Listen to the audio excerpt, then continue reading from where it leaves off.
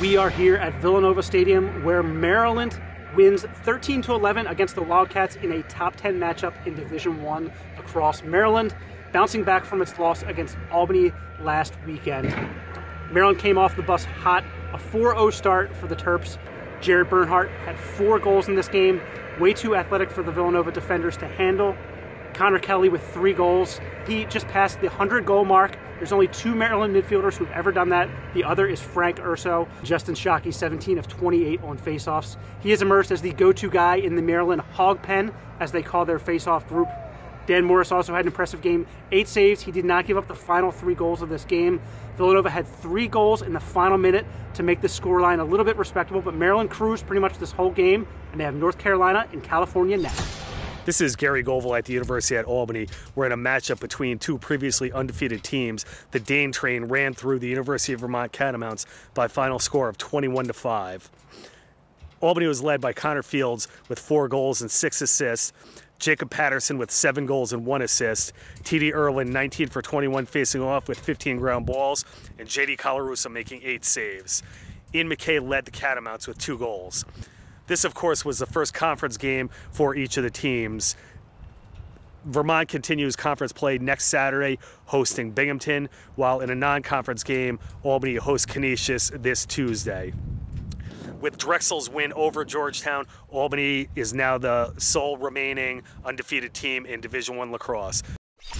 Terry Foy inside lacrosse after Duke's 10-8 win over Towson at Johnny Unitas Stadium Saturday. The Blue Devils were paced by really nice performances from Justin Gooderding and Peter Connolly, both of whom finished with 3 goals and an assist, and goalie Danny Fowler, who notched, I believe, a career-high 14 saves in the win over the Tigers. Duke jumped out to a 7-2 halftime lead. Then it was all Tigers in the third quarter as they responded with 6 straight goals. They took an 8-7 lead, and then from there, Duke was able to turn things around, and it was Justin Gooderding's go-ahead goal to make it 9-8 with about 4 minutes remaining that ultimately decided the margin. Up next, Towson turns their attention to Denver, while Duke heads to Cleveland State on Sunday and then prepares for ACC play as they host Syracuse on March 24th. Hello everyone, this is Joseph Sanliquito for Inside Lacrosse, coming to you from Princeton, where visiting Penn opened the Ivy League season with a 14-7 victory over the Tigers, behind 5 goals from Tyler Dunn and a career-best 20 saves from goalie Reed Junkin. Penn did it despite being penalized 13 times for 10 minutes. Penn moves to 4-3 overall with the victory and 1-0 in the Ivy League, while Princeton drops to 3-3 and 0-1. I'm Christian Sweezy. Final score, Loyola 15, Navy 9. Loyola junior Pat Spencer had 4 goals and 8 assists. His 12 points are the most for a Loyola player and since the program went Division I in 1982. For Navy, senior Joe Varela won 21 faceoffs, which ties the school record. He also had 1 goal, 1 assist, and 14 ground balls. Loyola trailed 3-1 at the end of the first quarter, but from there, Pat Spencer took over. He had 11 of his 12 points in the final 3 quarters. And once again, the final score, Loyola 15, Navy 9. In an Ivy League shootout, Yale edged Cornell 13-11. 2 of the best attackmen in the country put on a show in the contest, as Cornell's Jeff Teat dropped 4 goals and 2 assists, while Yale's Ben Reeves put up 4 goals and 1 assist, matched by Jackson Morell's 4 goals and 1 assist in the victory. Goalies Christian Knight and Jack Starr each delivered 11 saves for their respective squads. Denver used a 5-0 third quarter to break open their game against Ohio State and earn the eventual 12-7 win. Besides winning 14 of 23 faceoffs and grabbing an assist, Trevor Batiste was one of 5 Pioneer players to score 2 goals in the victory. Austin French had 4 assists conducting the offense. Sophomore keeper Josh Matt got the start and the win over Ohio State. The Pioneers kept the Buckeyes' known quantities mostly quiet, as J.T. Buglowski was Ohio State's only multi-goal scorer with 2 tallies. In a game of runs, Hopkins made the last sprint to pull away from Delaware for the 14-8 win. The Blue Hens built a 4-1 first-quarter lead to see Hopkins score 4 of their own and make it 5-4 at the half. After trading goals in the third, the Blue Jays used a 7-0 run while holding Delaware scoreless to seal the win. Shaq Stanwyck had 2 goals and 5 assists, while Colin Marr added a hat trick and 2 helpers. Hunter Moreland won 20 of his 25 draws to create an overwhelming face-off advantage for Hopkins. Georgetown's undefeated streak has come to an end as the Hoyas fell 15-10 to Drexel. Matthew Varian led the Dragons with 6 goals and an assist. Jamae Koita created a big possession disparity, going 19 of 24 at the X. Goalie Cray Teitelbaum came up with 12 saves. Jake Caraway's 4 goals led all scorers for Georgetown. Michigan got their biggest win of the season so far, 12-7 over Marquette. Kevin Mack led all scorers with 5 goals and 1 assist. Brent Noseworthy added 4 goals of his own. Tommy Height made 10 saves in the win. Furman got a big SoCon victory over Richmond, 10-9. Finn Barry, David Williamson, and Jarrett Birch each canned 2 goals in the win.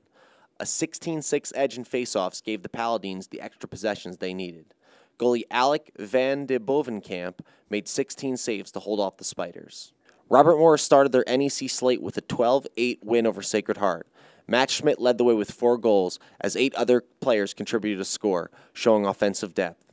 Alex Hager made 11 saves in the win. We're in here for Inside Lacrosse with Paul Carcaterra and Anish Shroff. We just watched Notre Dame. Are we going to be talking numbers the whole time, or are we can we talk about real people, human stories? We can talk whatever you guys want to talk about. We can talk something that we can't quantify. Well, we can quantify the score to start. I would say that Notre Dame won 9-7.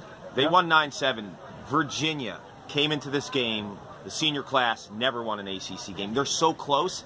And when you watch the fourth quarter of this game, if you're a Cavalier fan, you're so frustrated. They were 12 of 18 clearing the ball. They had every opportunity to get that ACC win. The first one for Lars Tiffany, it slipped away. Bright spots for Virginia: Michael Krause, an elite dodging attackman.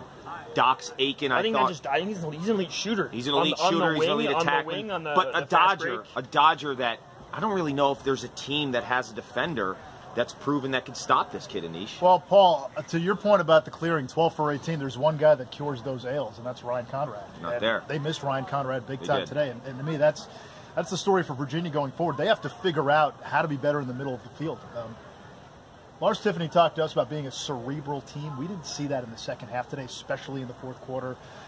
Fogo trying to go through an entire team of guys. Long stick trying to clear the ball and score. Stick trying to clear the ball and score, not knowing when to give it up. Just mental mistakes. And, a lot of times those guys are not in those situations if you have a healthy Ryan Conrad who can punt, return, clear, and get you into your offense. Oh, yeah. I mean, I think he's John Fox is a great defensive midfielder, but I don't think he's quite the guy. He can't punt return it. Yeah, he's not the defense to offense. 4 guys to replace a Ryan Conrad. I mean, that's what Virginia's learning to find out. Absolutely. Here's the other thing, though. The flip side for Notre Dame, they beat you in all different ways offensively with their motion offense, which I was impressed with at times. I thought Virginia settled defensively.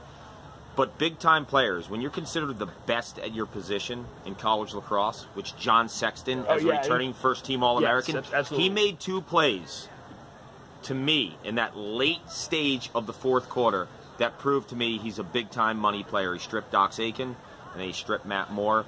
And those big-time players as seniors have to step up in those moments, and he had ice in his veins. He was the difference. To me, I look at Notre Dame now. They've banked a Denver win.